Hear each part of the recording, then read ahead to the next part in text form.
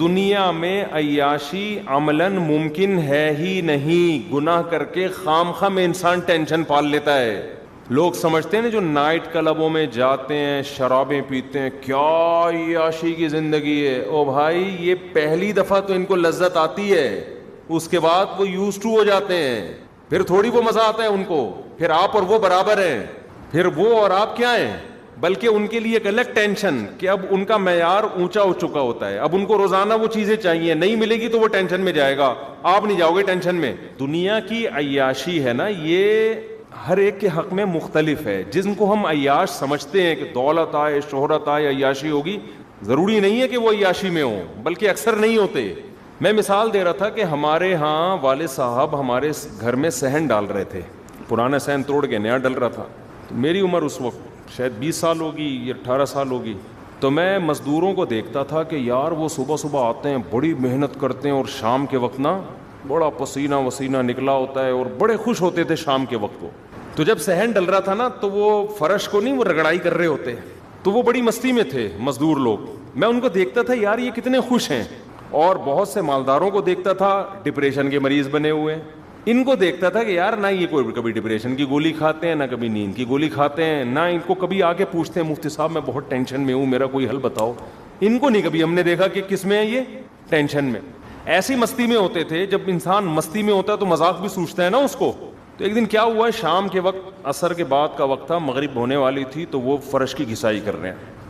میں نے ان سے کہا یار فرش بڑا چمکدار اور چکنا ہونا چاہیے, بالکل پلین فرش نہیں ہوتا, بڑا چمکتا ہوا ایسا ہونا چاہیے. تو کہہ رہے ہیں ہاں بنا دیں گے ہم, ہاں بنا دیں گے. میں نے کہا اس کے لیے کیا کرنا پڑے گا. کہہ رہے ہیں یار سرسوں کا تیل لے آؤ, آدھا کلو سرسوں کا تیل, آدھا کلو ناریل کا تیل, اس سے چکناہٹ آ جائے گی فرش میں. میں سمجھا سیریس ہیں. اب وہ مستی چڑھی ہوئی ہے نا, ان کو چڑھی ہوئی ہے مستی. میں نے کہا یار آج تک کبھی کسی مزدور کو ہم نے دیکھا نہیں کہ وہ ناریل کا تیل ڈال رہا ہو فرش میں, کوئی جدید ٹیکنالوجی آئی ہے. پھر میں نے پوچھا یار یہ کیسے, یعنی اس کو فرش میں چکناہٹ کیسے آئے گی, پلین جو فرش ہوتا ہے نا پاؤں پھسلتے ہیں جس میں ذرا اچھا لگتا ہے وہ. کہہ رہے ناریل کا تیل لے آؤ, ذرا گھسائی ہوگی ناریل کا تیل ڈلے گا. تو میں واقعی جانے لگا, میں نے اتنی سیریس میں جانے لگا. کہہ رہے بھائی کیا کر رہے ہو. تو میں نے کہا پھر آپ کو یار مذاق سوچ رہا ہے, میں آپ سے سیریس کہہ رہا ہوں. کہہ رہے ہیں یار مفتی صاحب اس وقت ہم بڑی مستی میں ہوتے ہیں. انہوں نے خود کہا مجھے ہم بہت خوش ہوتے ہیں اس وقت. اچھا سوری مفتی صاحب تو نہیں مجھے اس وقت کہتے تھے, ویسے ہی مولوی صاحب یا کچھ بھی نام لے لیا ہوگا, مجھے یاد نہیں کیا کہا انہوں نے. کہا ہم بڑی مستی میں ہوتے ہیں اس وقت. میں نے کہا خیریت کیوں. کہہ رہے ہم صبح سے تھکے ہوئے ہوتے ہیں, اس وقت ہمیں ملتی ہے دہاڑی, اور تھکاوٹ سے حال ہوتا ہے برا. گھر میں بچے انتظار کر رہے ہوتے ہیں, بیوی بچے. مغرب کے بعد ہم گھر جائیں گے, نہائیں گے, دھوئیں گے, صاف ستھرے کپڑے پہنیں گے, بیگم صاحبہ نے کھانا تیار کر کے رکھا ہوگا, منجی پہ بیٹھ کے کھائیں گے. منجی نہیں ہوتی, گدے ودے مولٹی فوم نہیں ہوتا. اور منجی پہ بھی میں ایک بیان کر چکا ہوں, مولٹی فوم میں اوپر سے ہوا لگتی ہے, نیچے سے ہوا نہیں لگتی. غریب کی چارپائی میں اوپر سے بھی ہوا لگتی ہے اور نیچے سے بھی ہوا لگتی ہے. حقیقت ہے, اس میں بڑا مزہ ہے. میں تو جب بھی سفر میں جاتا ہوں نا, یہ جو ڈھابے کے ہوٹل ہوتے ہیں نا کچے منجی, وہاں بیٹھ کے کھاتا ہوں. میں کوشش یہی کرتا ہوں. ان کی بھنڈی میں بڑا ذائقہ ہوتا ہے, اور ہوا نیچے سے بھی لگ رہی ہوتی, بھی بڑا فائدہ ہوتا ہے. تو خیر کہہ رہے ہیں یار ابھی ہم جائیں گے, نہائیں گے, گھر والی سالن لا کے کھانا لا کے, بھوک ان کو ٹائٹ لگ رہی ہوتی ہے نا, کیونکہ محنت کی ہے, پسینہ بہایا, بھوک سے حالت خراب ہوتی ہے. اور بچے بھی انتظار کر رہے ہوتے ہیں, اور مغرب کے بعد کہتے ہیں ہم کھائیں گے, عشاء پڑھ کے لمبے ہو جائیں گے.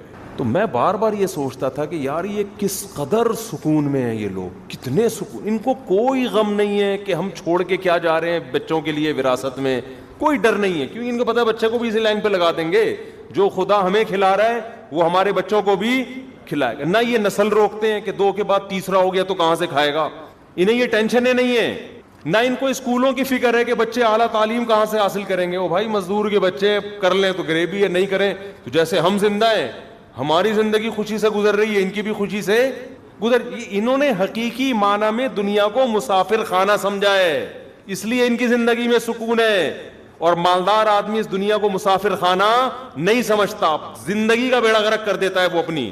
اسے کم بخت کو بھوک ہی نہیں لگتی کہ گھر جا کے کھائے. وہ تو کہہ رہا ہے یار ابھی شام کھانے کی سیٹنگ دیکھو, صبح ناشتے میں کھا رہا ہے, پھر دفتر جا کے کھا رہا ہے, چائے کے ساتھ بسکٹ کھا رہا ہے, پھر دوپہر لنچ کر رہا ہے, پھر شام کو کچھ کھا رہا ہے, سموسے پاپے اور پتہ نہیں کیا کیا کھا رہا ہے, پھر عشاء میں کھا رہا ہے, پھر رات کو سونے سے پہلے کھا رہا ہے.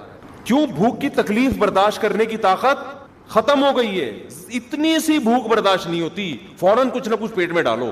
میں ایک دفعہ پنڈی سے کراچی آ رہا تھا بزنس کلاس میں, تو میرے ساتھ 3 بندے اور بیٹھے ہوئے تھے. وہ بہت بڑے تاجر تھے, وہ اتنے موٹے نا ماشاءاللہ, فل. اللہ تعالیٰ کسی کی غیبت نہ کروائے. اب تو کوئی وہ خود بھی نہیں, ان کو بھی نہیں پتا ہوگا, پرانی قصہ ہو گیا. ہر تھوڑی دیر کے بعد کچھ کھا رہے ہیں. میں نوٹ کر رہا ہوں, میں نے کہا یار ان کا منہ ہی نہیں رکتا. تو میں نے کہا ماشاءاللہ آپ لوگوں کی خوراک بہت اچھی ہے. کہہ رہے ہیں یار انسان کو نا, اب دیکھو میڈیکل کی بھی عجیب عجیب, انسان کو نا گلوکوز لیول برابر رکھنے کے لیے کچھ نہ کچھ چاہیے. بھوک برداشت نہیں ہو رہی ہے ذرا سی بھی, بھائی بھوک لگنے دو, پھر کھانا بہت مزہ آئے گا, خدا کی قسم. نا ذرا سی لگی کھا لیا, اور اس کا نتیجہ کیا نکلا ہے؟ دونوں گول ہوئے تھے, بالکل ماشاءاللہ گول مٹولنا. تو 10 بیماریاں آگے کھڑی ہوئی ہوں گی جو آپ کی ساری چیزیں چھڑوا دیں گی. جو آپ کاربوہائیڈریٹ, وہ کہہ رہے ہیں اناج ضرور جانا. پھر روٹی بھی کھائی نا انہوں نے, پہلے بسکٹ, پھر روٹی کے ٹائم پہ ڈٹ کے ماشاءاللہ روٹی کھا. میں تو آبزرو کر رہا ہوں, تو لوگوں کو میں دیکھ رہا ہوتا ہوں کس کے سر پہ بال ہیں, کس کے سر پہ نہیں ہے, سب نوٹ کر رہا ہوتا ہوں. تو میں نے کہا دیکھو پتہ نہیں ان لوگ کو کس نے کیا پٹیاں پڑھا دی ہیں. اگر دیکھو میڈیکل سائنس اسلام کا مقابلہ نہیں کر سکتی. اگر بھوکا رہنا صحت کے لیے نقصان دہ ہوتا تو ہمارے نبی کئی وقت فاقہ نہ کرتے. کوئی نقصان نہیں ہے بھوکا رہنے کا, فائدے ہی فائدے ہیں. اسلام روزوں کا حکم تھوڑی دیتا, ہفتے میں 2 روزے, مہینے میں پھر ایام 20 کے روزے. اور اب میڈیکل سائنس نے ثابت کیا ہے کہ بھوکا رہنے سے تو بہت فائدہ ہوتا ہے باڈی کو. اب تو کہہ رہے ہیں 18 گھنٹے کی فاسٹنگ کرو. اب دیکھ لو جو جدید میڈیکل سائنس کی کیا ریسرچ ہے. تو کوئی نقصان نہیں ہے, بھوکا رہ کے کھاؤ گے تو فائدہ ہو, جسم کو ٹھا کر کے لگے گا. کھائے جا رہے ہیں ہمارے. اچھا مجھے ایک بات بتاؤ, ہمارے مذہب میں زیادہ کھانا ہے یا کم کھانا ہے؟ اتنی بات تو سب کو پتا ہے نا, حدیث میں آتا ہے بدترین چیز, بدترین برتن جس کو بھرا جائے وہ انسان کا پیٹ ہے. ہمارے نبی نے تھوڑا کھایا ہے مگر اچھا کھایا ہے, اور ہم کھاتے بھی زیادہ ہیں اور کھاتے بھی کیا ہے, اچھا والا نہیں کھاتے. پیزے کے تو دھونے والے بھی اچھے نہیں ہیں بھائی, اور آپ پورے ہی پیزے پھوڑ دیتے ہو. خیر کہاں سے کہاں بات چلی گئی. میں آج کہیں گیا ہوٹل میں نا, کہیں بیان تھا, تو جیسے ہی میں پہنچا ہوں چائے کیک بسکٹ, میں نے کہا بھائی میں نہیں کھاؤں گا, میں ناشتہ کر کے آیا. انہوں نے کہا نہیں. میں نے کہا کسی کے باپ میں دم ہے, مجھے کھلا کے دکھائے ایسی کی تیسی. یار دماغ پاگل سمجھا ہوا یار ہمیں, کیونکہ جہاں مولوی صاحب جا رہے ہیں کچھ نہ کچھ ان کو کھلایا جا رہا ہے. اب دھونے والے وہاں لے لیے, دھونے والے وہاں لے لیے, دھونے والے وہاں لے لیے, 2 کیک وہاں لے لیے, 2 کیک رس وہاں سے ڈبو کے کھا لیے, وہاں کے کھا لیے, ادھر جوس پی لیا, ادھر یہ پی لیا, ادھر کولڈ ڈرنک پی لیا, ادھر. ہمارا تو سارا دن یہی. پھر تو کھا کے ایک دن دھماکے کے ساتھ پٹپٹا جائیں گے. لوگ تھوڑی دعائیں مغفرت بھی نہیں کرتے تھوڑے دن کے, ہماری وجہ سے مرا یہ آدمی, ڈھیٹ بننا پڑتا ہے. ابھی کل میں گیا ہوں وہاں کہیں بچے کا, ہمارے بچے نے اللہ اس کی برکت دے ماشاءاللہ قرآن حفظ مکمل ہوا نا اس کا, تو اس نے کہا میں نے مٹھائی بانٹنی ہے مدرسے میں. مٹھائی کی دکان گیا, میں نے کہا وہ کہہ رہے ہیں آپ بھی کھا لیں. میں نے کہا میں نہیں کھاؤں گا. انہوں نے کہا جوس پی لے. میں نے کہا نہیں پیوں گا. پھر بھی جوس منگوا دیا. میں نے فوراً کسی کو پکڑا دیا میری طرف سے, میں نے کہا آپ پی لیں. جب تک اس طرح آپ ڈھیٹ نہیں بنیں گے نا, خوب سمجھ لو آپ پھوڑتے پھاڑتے رہیں گے. اور یہ اللہ کو پسند نہیں ہے کہ ہر وقت بکریوں کی طرح جگالی کرتے رہو. یہ حدیث ہے نبی صلی اللہ علیہ وسلم کی کہ بدترین برتن جس کو بھرا جائے وہ کیا ہے, انسان کا پیٹ ہے. آپ بھوکا رہنا سیکھو, تھوڑا کھاؤ گے ٹھا کر کے لگے گا باڈی کو, بہت اچھے ہو جاؤ گے, فٹ عبادت میں مزہ آئے گا. تو اور حدیث میں کیا آتا ہے, بخاری کی حدیث ہے, نبی صلی اللہ علیہ وسلم نے فرمایا سب سے بہتر میرا زمانہ, پھر اس کے بعد آپ نے کیا فرمایا, جھوٹ پھیلے گا اور موٹاپا آئے گا. یعنی نبی جو کہہ رہے ہیں بدترین زمانہ شروع ہوگا, تو اس کی علامتیں کیا بیان کر رہے ہیں, لوگوں میں جھوٹ اور موٹاپا. یعنی وہ موٹاپا نہیں جو نیچرل ہوتا ہے, وہ موٹاپا جو زیادہ کھانے کی وجہ سے ہو. یعنی کیا مطلب, ہوس. تو غریب آدمی ان میں یہ ڈپریشن کی بیماریاں کم ہیں, مالداروں میں یہ بیماریاں زیادہ, کیونکہ ان کی جب خواہشات پوری ہوتی ہیں نا مالداروں کی, تو ہر خواہش ہزاروں انڈے بچے دے کے جاتی ہے. متنبی نے ایک بڑی پیاری بات کہی ہے, کئی بار یہ شعر میں سنا چکا ہوں, ما قضى احد منها لبانته ولن تها عرب الا الى عربی. کیا خاندانی شعر کہا ہے متنبی نے. ہمارے حضرت یہ شعر بہت پڑھا کرتے تھے اور ایسے درد سے پڑھتے تھے, مزہ آتا تھا بالکل.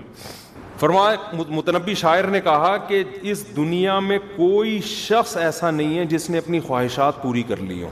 اور وہ آرام سے بیٹھا ہو، یار میرے ماشاءاللہ سارے مزے میں نے اڑا لیے، اب مجھے اوپر سے کہہ رہا ہوگا ٹی وی میں آ کے ماشاءاللہ ماشاءاللہ اللہ کا دیا سب کچھ ہے، میں بہت خوش ہوں، ساری چاہتیں میری پوری ہو گئی ہیں. انٹرویو میں بھی یہ کہہ رہا ہوگا، اندر سے کہہ رہا ہوگا یار وہ یہ بھی نہیں ہوا، یہ بھی نہیں ہوا، اور یہ بھی میری چاہت ہے، یہ بھی ہو جائے، یہ بھی ہو جائے، یہ بھی ہو جائے. اندر سے نا خواہشات کے بہت ساری چاہتیں ہوں گی، تو ٹینشن دیں گی وہ ساری چاہتیں. تو ما قضا احد منها لبانته، اس دنیا میں کسی نے اپنی خواہش کو پورا نہیں کیا. اب سوال پیدا ہوتا ہے کہ بہت سے لوگ جو چاہتے ہیں وہ مل جاتا ہے ان کو. تو اگلے شعر کے اگلے مصرے میں متنبی نے سوال کا جواب دیا. ارے آپ کہہ سکتے ہو یار میرا دوست امریکہ جانے کی خواہش تھی وہ تو چلا گیا، اس کی لندن جانے کی خواہش تھی وہ تو چلا گیا، اس کی وہاں سیٹنگ چل رہی تھی، شادی کی خواہش تھی وہاں اس کی ہو گئی، اس کی اولاد کی خواہش تھی اس کی اولاد ہو گئی. تو کہاں کہہ رہے بھائی کسی کی خواہش پوری نہیں ہوتی، ہوئی تو ہے، فلاں کی بھی ہو گئی، فلاں کی بھی خواہش پوری ہو گئی، فلاں کی بھی خواہشات پوری ہو گئیں. یہ کیسی بات کی ہے متنبی نے کہ یہاں کسی کی خواہش پوری نہیں ہو سکتی؟ تو شعر کے اگلے مصرے میں متنبی نے شعر کا اس اشکال کا جواب دیا. وہ کہہ رہے بات اصل میں پتہ ہے کیا ہے؟ لن تہا عرب الا الی عربی، جب ایک خواہش پوری ہوتی ہے نا دوسری خواہش کے انڈے دے کے جاتی ہے وہ، ٹھیک ہے نا، اور ان انڈوں پہ مرغی کے بیٹھنے کی بھی ضرورت نہیں ہوتی، اسے خود ہی چوزے نکلتے ہیں. بعض جانور ایسے ہوتے ہیں کہ ان کو انڈوں پہ بیٹھنا پڑتا ہے، بعض جانور ایسے ہوتے ہیں انڈے دے کے مارکیٹ سے شارٹ ہو جاتے ہیں، بچے خود ہی نکلتے رہتے ہیں. یہ جو کچھوا ہی انڈے دے کے غائب ہو جاتا ہے، اس کے بچے خود ہی نکلتے ہیں. تو جب آپ کی ایک خواہش پوری ہوگی وہ پوری ہونے سے پہلے کھٹمل کی طرح بہت سے کھٹمل پیدا کر کے جائے. جب آپ کے پاس پیسہ آتا ہے دین کے بغیر، دین کے ساتھ آیا پھر مسئلہ نہیں ہوتا. دین کے بغیر دولت آ گئی، شہرت مل گئی، پیسہ آ گیا، سمجھ لو کہ اب ڈپریشن اور ٹینشن آپ خود اب آپ کے ساتھ آنا شروع. کیوں ڈپریشن اور ٹینشن آئے گی؟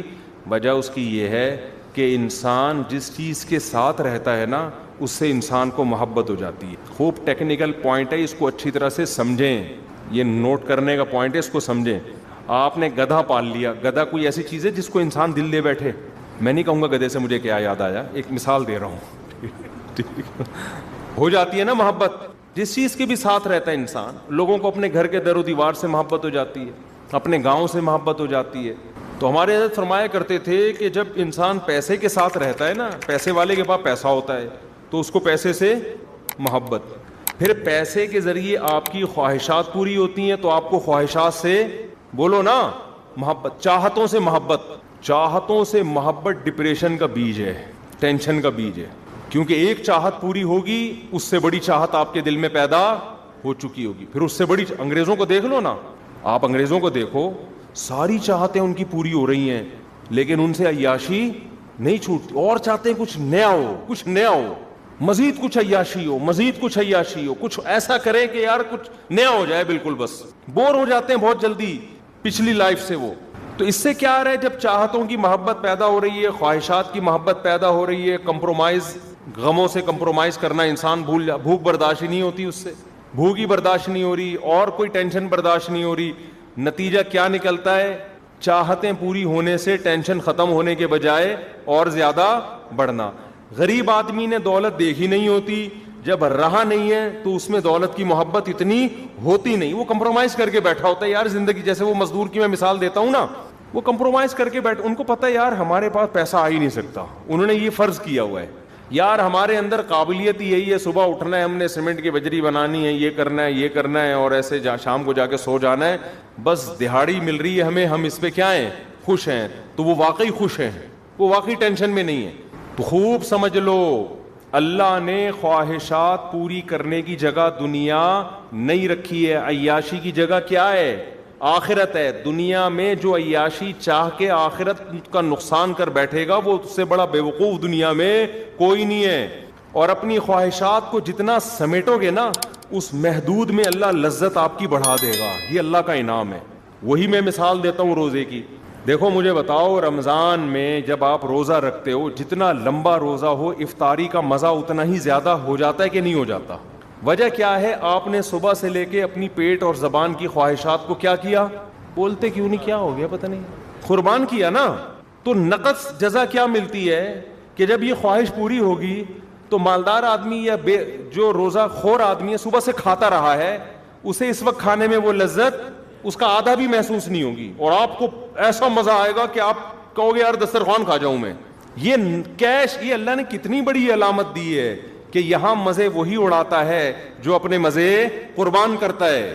جو لوگ زنا کرتے ہیں, بد نظری کرتے ہیں, انٹرنیٹ پر فحش فلمیں دیکھتے ہیں, نکاح کی لذت اللہ ان سے چھین لیتے ہیں.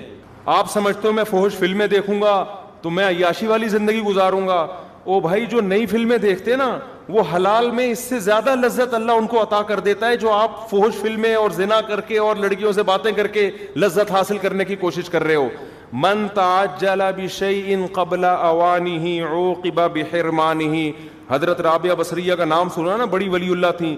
ان کا قول ہے یہ کہ جو شخص کسی چیز کو وقت سے پہلے حاصل کرتا ہے, وقت پر اللہ اسے اس لذت سے محروم کر دیتے ہیں. وقت پہ اللہ اسے لذت. میں اکثر یہاں ایک واقعہ بیان کرتا ہوں, تھوڑا حیا کے خلاف ہے, لیکن کچھ چیزیں ایسی ہوتی ہیں جو جب تک وہ واقعہ صحیح بیان نہ کرو تو وہ موٹیویشن نہیں ملتی.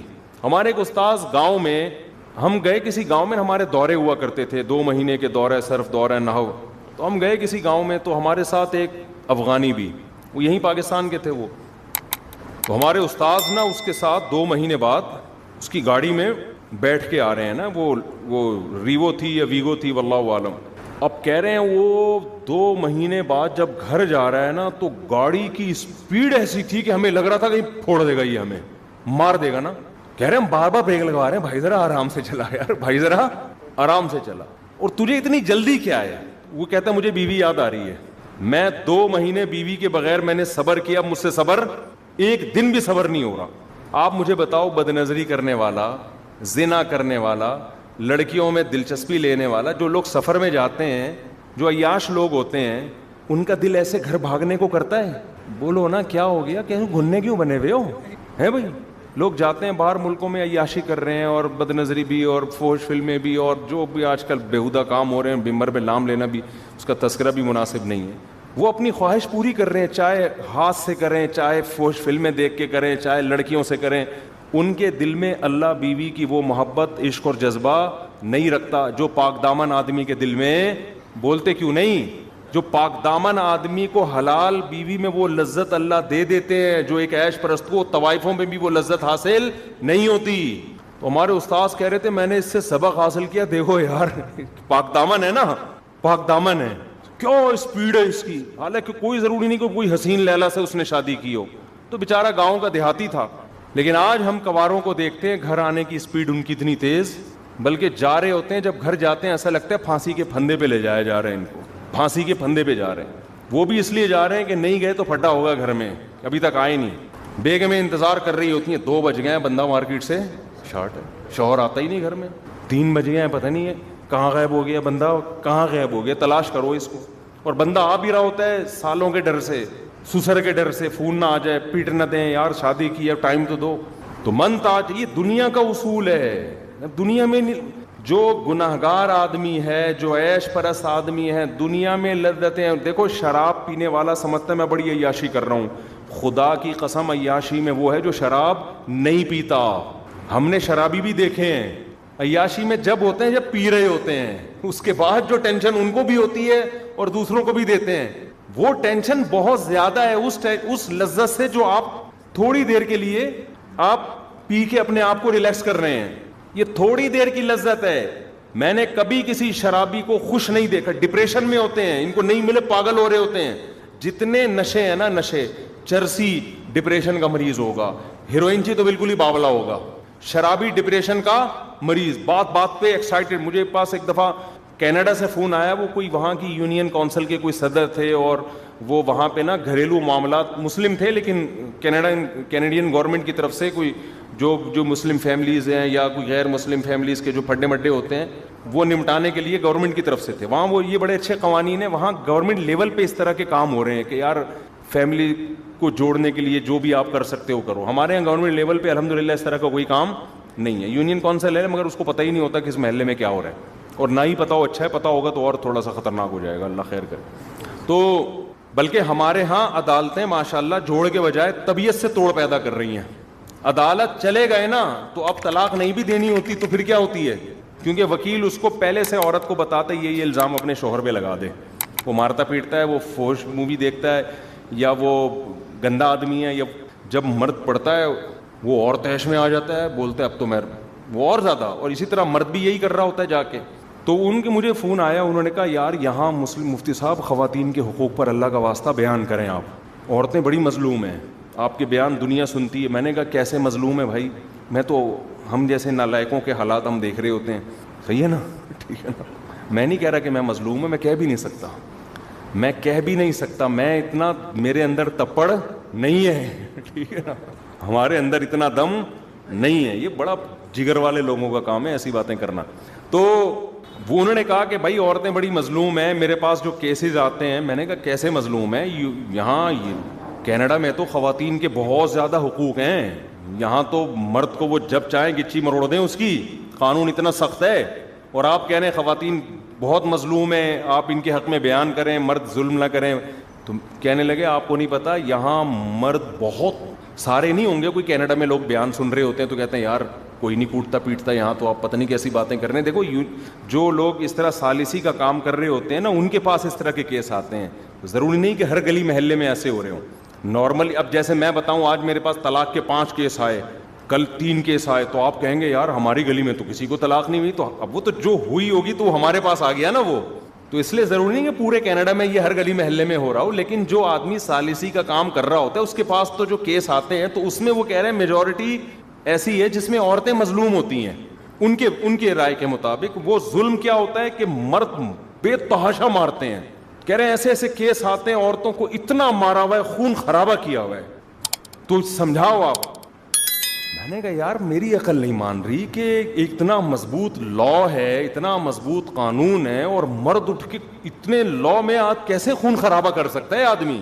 یہ تو اگر لا نہ بھی ہو تو بھی میرا خیال ہے 2-4 آدمی تو ایسے ظالم ہر معاشرے میں ہوتے ہیں, لیکن میجورٹی یا بہت سارے مرد ہمارے معاشرے میں میرا خیال ہے شہری گاؤں دیہاتوں میں ہوتا ہے, لیکن شہری علاقوں میں, پڑھے لکھے علاقوں میں ایسا نہیں ہوتا کہ ایک تھپڑ مارنے سے پہلے بھی آدمی 20 دفعہ سوچتا ہے کہ اس کا رزلٹ کیا ہوگا اور پھر اس کا نتیجہ کیا نکلے گا. تو اور اتنا مارا کہ جناب خون خرابہ ہو گیا, یہ کیسے پاسبل. میں نے کہا مجھے میری کھوپڑی میں یہ بات نہیں آ رہی.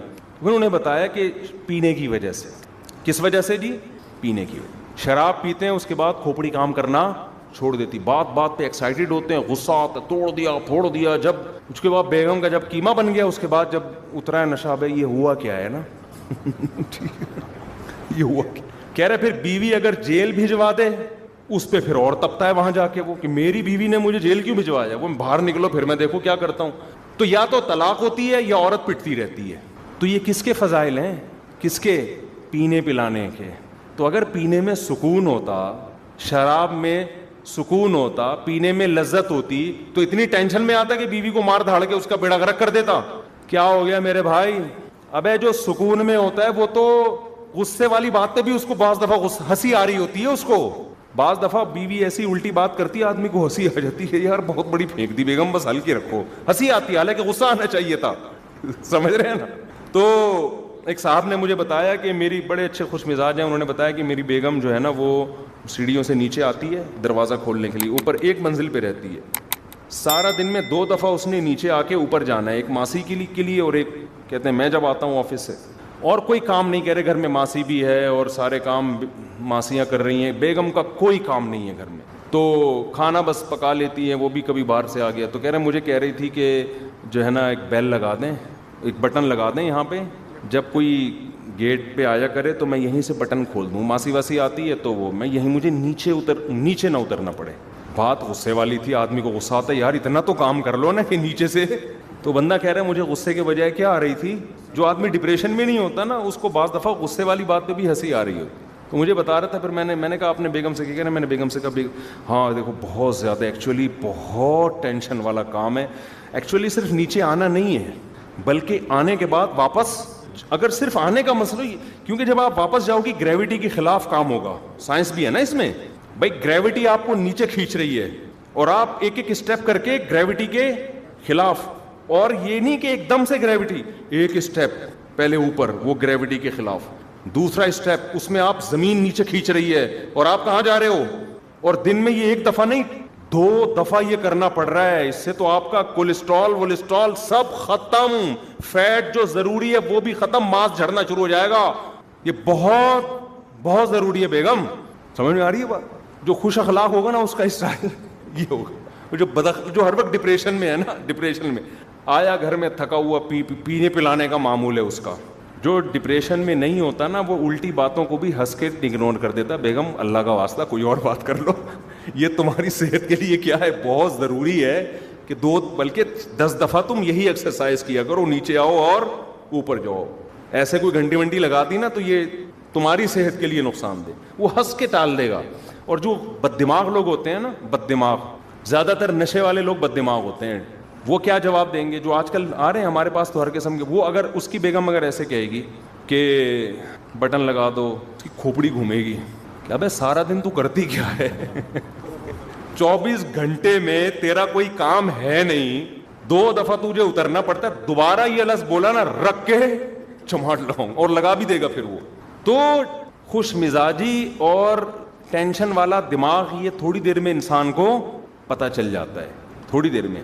باقی بعض عورتیں واقعی اتنی بد اخلاق ہوتی ہیں کہ خوش مزاج کو ڈپریشن کا مریض بنا دیتی ہیں, ایسی ہوتی ہیں. جیسے بعض ایسے آدمی بھی ہوتے ہیں کہ وہ ایسے بد دماغ ہوتے ہیں کہ اچھی بلی خوش مزاج عورت کو ڈپریشن کا مریض بنا دیتے ہیں. تو یہ انسان ماحول سے بھی بڑا متاثر ہوتا ہے. تو ڈپریشن جو ایک دم ہائپر ہونے والی صفت ہے نا, یہ صرف نشے سے نہیں آتی, یہ ماحول سے بھی آ جاتی ہے. اگر آپ کے گھر کا ماحول ایسا ہے, ہر وقت ابا سے پٹ رہے ہیں, اماں سے پٹ رہے ہیں, اماں ہر وقت ڈانٹ رہی ہیں, ابا ہر وقت ڈانٹ رہے ہیں, بڑا بھائی کبھی تمیز سے بات ہی نہیں کر رہا, تو الحمدللہ تھوڑے دنوں میں آپ بھی اسی حساب سے ویسے ہی بدتمیز بن جائیں گے. اور یہ اللہ کی طرف سے ہے تاکہ آپ بھی ویسے ہی ہو جائیں, آپ پھر ٹینشن زیادہ نہ لیں, آپ بولے میں بھی ایسے ہی اور یہ بھی ایسے ہی ہیں. تو اس لیے بہت سوچ سمجھنا چاہیے, انسان ماحول کے اچھے اثرات لے, برے اثرات نہ لے. یہ ہوتا ہے ماحول, جب ماں باپ کی وجہ سے انسان یہودی, ہندو, عیسائی بن جاتا ہے تو بد اخلاق نہیں بن سکتا. کیا ہو گیا بھائی, آپ کہہ سکتے ہو نہیں ماں باپ کی وجہ سے تو اچھا بھی بنتا ہے, برا بھی بنتا ہے ماں باپ کی وجہ سے. اس میں ماں باپ کو یہ سوچنا چاہیے کہ بچوں کے سامنے کم از کم ہم آپس میں اپنے اخلاق کو تھوڑا سا اچھا رکھ لیں, ورنہ بچے بدتمیز بنیں گے. اگر آپ نے بچوں کی تربیت ایسے کی نا, الو کے پٹھے اور گالیاں نکالنا شروع کر دی, تو تمیز نہیں کھانے کی, تجھے بات کرنے کی تمیز نہیں, بچہ سوچے گا ابا آپ کو تمیز ہے نہیں اور آپ مجھے تمیز سکھا رہے. تمیز ایسی چیز نہیں ہے جو بچے کو باقاعدہ لیکچر دے کے سکھائی جائے. گھر میں ماں باپ اگر بچے کے ساتھ عزت احترام سے بات کریں گے, بیٹا دیکھو جو عزت دار خاندان ہوتے ہیں ان کے بچے کیسے اچھی طرح سے بات کرتے ہیں, آئیے بیٹھیے, کیونکہ انہوں نے ابا اماں سے یہی سنا ہوتا ہے. ابا اماں سے کہہ رہے ہوتے ہیں لائیے کھانا لگا دیجیے, ایسے کہہ رہے ہوتے ہیں ابا. اور وائف ہسبینڈ سے کہہ رہی ہوتی ہے کہ مجھے پیسے چاہیے, اگر آپ دے دیں تو میں تھوڑی سی شاپنگ کرنا چاہتی ہوں. شوہر کہہ دیں نہیں چلیں کوئی بات نہیں, کوئی ایسا مسئلہ نہیں ہے. یہ ایسے تمیز اگر چل رہی ہو تو بچے بھی کیسے پیدا ہوتے ہیں, تمیز سے پیدا. وہ جو ٹیبلٹ والا لطیفہ یاد کر لیے, وہ تمیز والا نہیں, ڈاکٹر نے کھلا دیا تھا. ابے نئے نئے لوگ آ جاتے ہیں, تھوڑا سا فریش ہو جائیں گے. ایک ڈاکٹر نے کیپسول ایجاد کیا کہ حاملہ عورت کو کھلائیں گے تو بچہ تمیز والا پیدا ہوگا. تجربہ کیا, ایک پریگنینسی میں خاتون کو کھلایا ایک کیپسول, بچہ پیدا ہوتا ہی آداب. تو انہوں نے کہا یار یہ تو بڑا ٹائٹ ہو گیا تو انہوں نے اکٹھے 4-5 کیپسول ایک خاتون کو کھلا دیے. بچہ پیدا ہی نہیں ہو رہا, ٹائم ہو گیا پیدا ہی نہیں ہو رہا, 1 مہینہ اوپر ہو گیا, الٹرا ساؤنڈ کیا پتہ چلا 2 بچے ایک دوسرے سے کہہ رہے ہیں, وہ کہہ رہے پہلے آپ, وہ کہہ رہے نہیں پہلے آپ. اسی میں 1 مہینہ لگا دیا, ان کی تمیز ختم نہیں ہو رہی. تو گھر میں اگر تمیز سے بات ہوگی نا, آئیے بیٹھیے کھائیے, بچوں کو تھپڑ, بعض ماؤں کو ہم نے دیکھا ہے, یہ ساری چیزیں جو ہے نا ہم اسی ماحول کو دیکھ کے بیان کر رہے ہیں. بعض ماؤں کو شکایت ہوتی ہے ہمارا بچہ تمیز سے بات نہیں کرتا, اور انہیں پتہ ہے تربیت کیسے کی ہوتی ہے. بچہ پانی لے کر آ رہا ہے, تھوڑا سا ہاتھ سے گر گیا, ایک تھپڑ لگا دیا اس کے کھینچ کے. یار کیا ہو گیا یار, بچے کے ہاتھ سے پانی گر گیا ہے, بچے کے ہاتھ سے چائے گر گئی ہے, آپ کے ہاتھ نہیں رک رہے, ایک تھپڑ لگا دیا, وہ گھوم گیا پورا نا جب وہ پورا گھوم رہا ہے گول گول, یہ میں نے اپنی آنکھوں سے دیکھے ہوئے واقعات بتا رہا ہوں میں. گھوم گیا, بچہ رو رہا ہے تو ایک اور لگا دیا کہ چپ کر جا. وہ چپ تو ہو جائے گا مار کے خوف سے, لیکن سمجھ گو کہ اس کے اخلاق گئے تیل لینے, وہ بدتمیز بنے گا, وہ ایٹیٹیوڈ ویٹیٹیوڈ ختم. تو بچہ گھر میں ماں باپ کو بہت ضروری ہے, بچے سے روب ضرور رکھیں, لیکن بات کیسے کریں, تمیز سے بات کریں. اوے ادھر آ بیٹھ, ہوئے یہ نہیں ہوتا. اگر یہ بہت ہی بدتمیزی والا حساب کتاب ہے. ہاں بیٹا کیا کھاؤ گے, بیٹا یہ کر لیں, اس طرح سے تمیز سے. آپ لقمان علیہ السلام کو دیکھ لو نا, اپنے بچے کو کیسے نصیحت کر رہے ہیں, یا ابو نہیں, اے میرے پیارے بیٹے, لا تشرک باللہ, شرک نہیں کرنا. ابے ہو تبے ہو کا لفظ ہے کہیں؟ وہ پورا لقمان علیہ السلام کی اپنے بچے کو نصیحت پر نازل ہوا ہے قرآن میں. پورے رکوع میں نہ ابے کا لفظ ہے, نہ تبے کا لفظ ہے, نہ اڑے کا لفظ ہے, نہ اوے کا لفظ ہے. عربی میں جو وہ بھی اڑے تڑے ہوگا, آپ کہہ سکتے ہیں اردو کے لفظ قرآن میں کہاں دیں, عربی میں بھی تو ہے نا اڑے تڑے, ابھی ہر زبان میں ہوتا ہے. کہیں بھی نہیں ہے وہ خبیث تو کیا کر رہا ہے, وہ گدھے تجھے شرم نہیں آتی, اور یہ کہیں بھی نہیں, یا وہ نہیں ہے, اے میرے پیارے بیٹے. خیر یہ الگ ٹاپک ہے. تو بات کیا چل رہی تھی یار, بہت کلابازیاں کھا رہا ہوں میں دائیں بائیں. ہاں تو میں یہ عرض کر رہا تھا, دیکھو اللہ تعالیٰ نے خواہشات پوری کرنے کی جگہ کون سی رکھی ہے جنت میں. یہ اصل بات یہ چل رہی تھی. دائیں بائیں بہت ہم گھومنے شروع کر دیتے ہیں. دنیا میں جب بھی کوئی خواہش پوری ہوگی ہزاروں انڈے بچے دے کے جائے گی. میں شراب کی مثال دے رہا تھا کہ شراب میں شرابی کہتے ہیں بڑا مزہ ہے, بڑی لذت ہے. ارے اگر لذت اور سکون ہے تو یہ شرابی لوگ بیویوں کو کوٹتے پوٹتے کیوں ہیں؟ زیادہ تر شرابی لوگ طلاقیں دیتے ہیں بیویوں کو, ماں باپ تک ہاتھ اٹھا لیتے ہیں, کبھی کسی کی دکان توڑ رہے ہیں, ڈپریشن میں, ٹینشن میں. ان کو سکون چاہیے. جو نہیں پیتا وہ کیسے ہوتا ہے, اس کے چہرے پہ رونق ہوگی, اس کے چہرے سے دیکھ کے لگے گا یار پرسکون حالت میں ہے یہ. تو یہ کتنی بڑی مثال ہے. جس چیز میں جتنی زیادہ عیاشی اسی میں اتنی زیادہ ٹینشن. سمجھ رہے ہیں کہ نہیں سمجھ رہے؟ اور جس میں جتنی زیادہ ٹینشن اسی میں اتنی زیادہ عیاشی. روزے میں بہت ٹینشن ہے, افطاری کے وقت اتنی زیادہ عیاشی. گرمیوں کے روزے میں افطار میں زیادہ مزہ ہے, سردیوں میں کم ہے, کیونکہ گرمیوں کے روزے میں پیاس کی ٹینشن آپ زیادہ اٹھاتے. اور صرف افطار کے وقت روزے میں لذت نہیں ہوتی, صبح سحری تک لذت رہتی ہے اس کی. اور پھر پورا مہینہ جو آپ یہ پریکٹس کرتے ہو, اس کے بعد جو آپ کی صحت کو فائدے ہوتے ہیں اور آپ کی بہت سارے فائدے ہوتے ہیں. بھی میں فائدے بیان کروں گا, پورا نیا ٹاپک شروع ہو جائے گا, وہ الگ ہیں. پھر آخرت کا ثواب الگ, اللہ کی رضا الگ. تو ہمارے حضرت فرمایا کرتے تھے کہ اللہ نے دین میں اتنی لذت رکھی ہے کہ اس کو تو اللہ نے آزمائش مجازن کہہ دیا ہے, یعنی ویسے ہی کہہ دیا کہ آزمائش. حقیقت میں یہ مزے ہیں, یہ آزمائش تھوڑی ہے. تبھی تو قرآن کہہ رہا ہے فَلَنُحْيِيَنَّهُ حَيَاتًا طَيِّبًا, جو میرے دین پہ چلے گا اس کو میں پاکیزہ, طیب کہتے ہیں مرغوب اور پاکیزہ. دیکھو طیب ایسی پاکیزہ چیز کو کہتے ہیں جس کی پاکیزگی کی وجہ سے اس میں رغبت ہو, آپ کو صاف ستھرے ہونے کی وجہ سے اٹریکشن ہو. شراب میں بھی اٹریکشن ہے شرابیوں کے لیے, لیکن وہ طیب نہیں ہے. تبھی جو جن کی جو نیچر پر ہے نا, ان کو شراب سے اسمیل آتی ہے, بدبو آتی ہے, وہ کہتے ہیں ہٹاؤ یہاں سے. جو گندے ہو جاتے ہیں وہ پی لیتے ہیں. تو طیب کا مطلب کیا ہے؟ فَلَنُحْيِيَنَّهُ حَيَاتًا طَيِّبًا, اللہ کہتے ہیں ایسی زندگی دوں گا جو اٹریکٹیو ہوگی اور پاکیزہ, اس کی پاکیزگی میں لذت ہے. جیسے انسان میلا کچیلا ہو اور ایک دم نہا کے صاف ستھرا ہو, کیسا سکون محسوس ہوتا ہے. تو گناہوں سے توبہ کر کے, برائیوں سے توبہ کر کے, شریعت پہ چل کے, اللہ کہتے ہیں اس کو بھی ایسا ہی سکون محسوس ہوگا جیسے صاف ستھرا ہو گیا. تو خیر میں جلدی سے آیت کو سمیٹتا ہوں.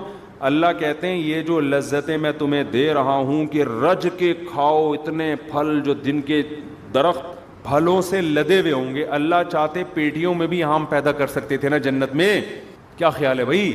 اللہ چاہتے فریج رکھ دیتے بہت بڑا کہ اس کو کھولو, اس میں آلو بخارا بھی رکھا ہے, خربوزہ بھی رکھا ہے, آم بھی رکھا ہے, اور یہ کچن ہے اس میں سموسہ بھی رکھا ہے, پکوڑا بھی رکھا ہے. نا نا نا نا, ایسے وہ لذت نہیں ہے جو میں نے بارہا یہ تجربہ کیا ہے. آپ امرود خرید کے کھائیں, زیادہ نہیں کھا سکتے.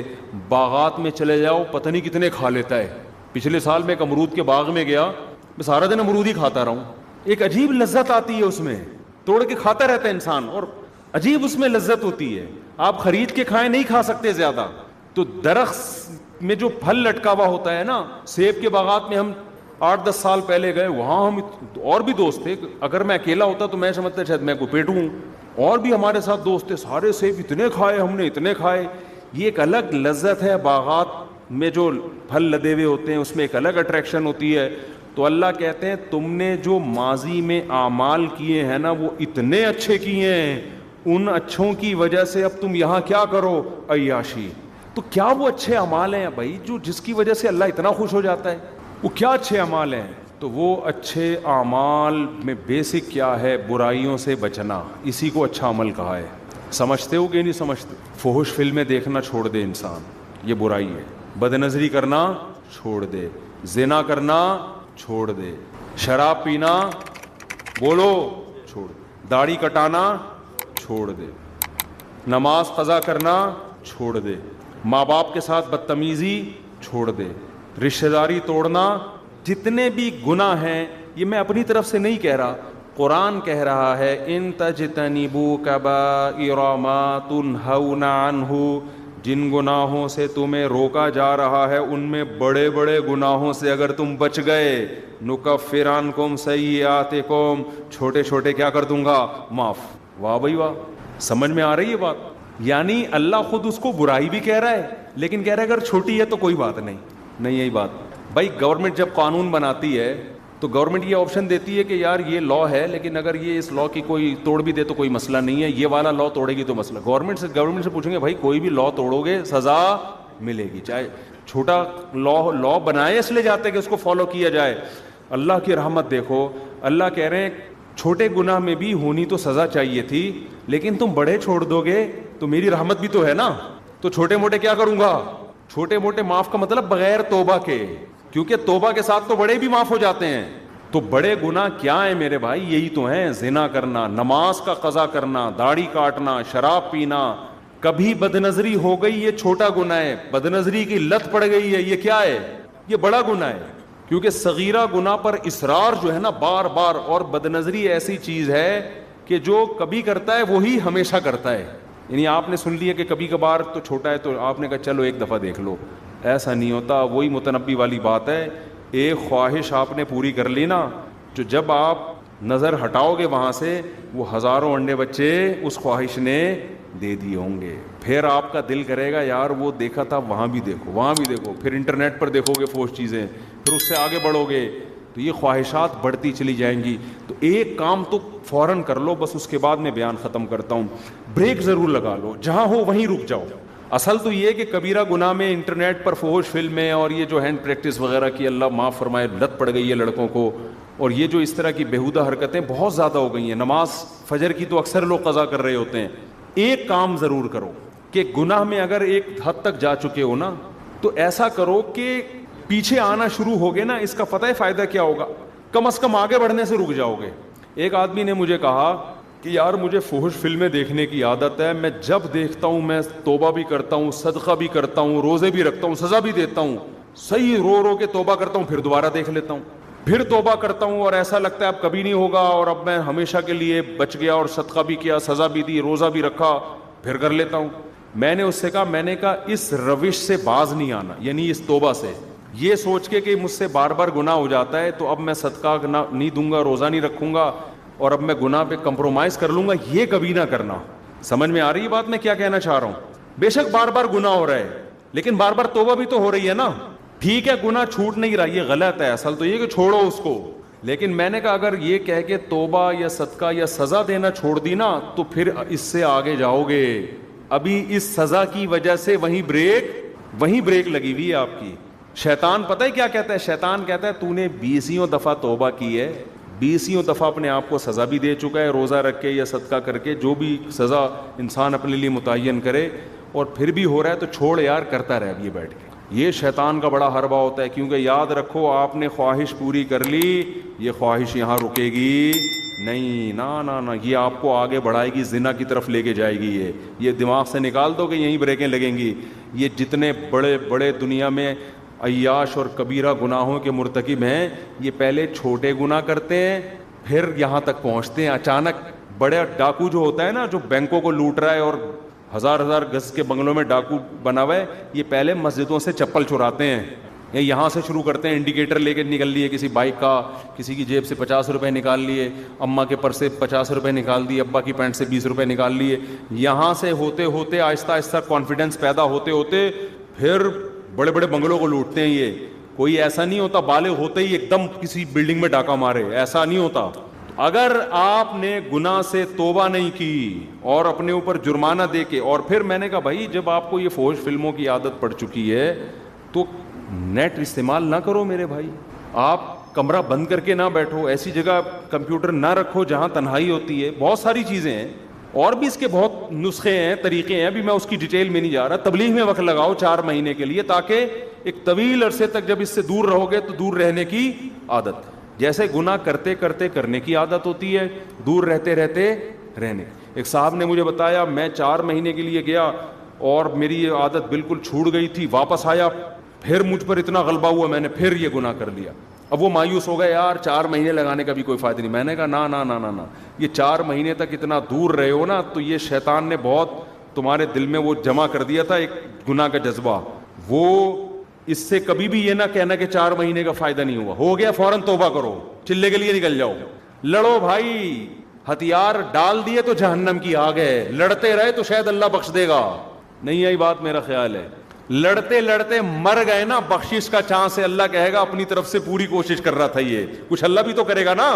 لیکن اگر ہتھیار ڈال دیے, بھائی میرا کام نہیں ہے, میں نہیں چھوڑ سکتا, اس کا مطلب آپ آگ میں جلنے پر راضی ہو گئے ہو. تو اللہ کہتا ہے انلزمکموہا وانتم لہا کارہون, تم بخشش نہیں چاہتے, مجھ سے امیدیں لگاتے ہو کہ میں بخش دوں گا, ایسا نہیں ہوتا. تم جب جہنم پہ راضی ہو. ہمارے اسکول میں ایک استانی صاحبہ تھیں, انہوں نے ایک واقعہ ہمیں سنایا. وہ واقعہ تو کوئی مستند نہیں ہے, لیکن مجھے وہ واقعہ یاد رہ گیا, بہت پرانی بات ہے. اچھا, وہ ہماری ٹیچر بھی بڑی لبرل قسم کی تھیں, وہ پردہ وردہ بھی نہیں کرتی تھیں, بہت ہی لبرل, لیکن کچھ ہوتے دنیا دار ہیں, لیکن ایسی کوئی سبق کی بات کہہ کے چلے جاتے ہیں, وہ انسٹال ہو جاتی ہے دماغ میں. انہوں نے واقعہ سنایا, یہ واقعہ کوئی مستند نہیں ہے, میں نے کسی مستند کتاب میں نہیں پڑھا, لیکن اس سے جو سبق مل رہا ہے نا, وہ سبق کیا ہے, وہ سبق بالکل ٹھیک ہے. تو میں اس نیت سے سنا رہا ہوں کہ واقعہ ہو سکتا ہے ہو بھی, ہمارا علم ایسا تو نہیں ہے کہ ساری کائنات کا ہمیں علم ہے, ہو سکتا ہے وہ کسی مستند کتاب میں, مستند روایت میں. تو انہوں نے کہا کہ ایک عورت سے کوئی گناہ ہو گیا, بدکاری ہو گئی.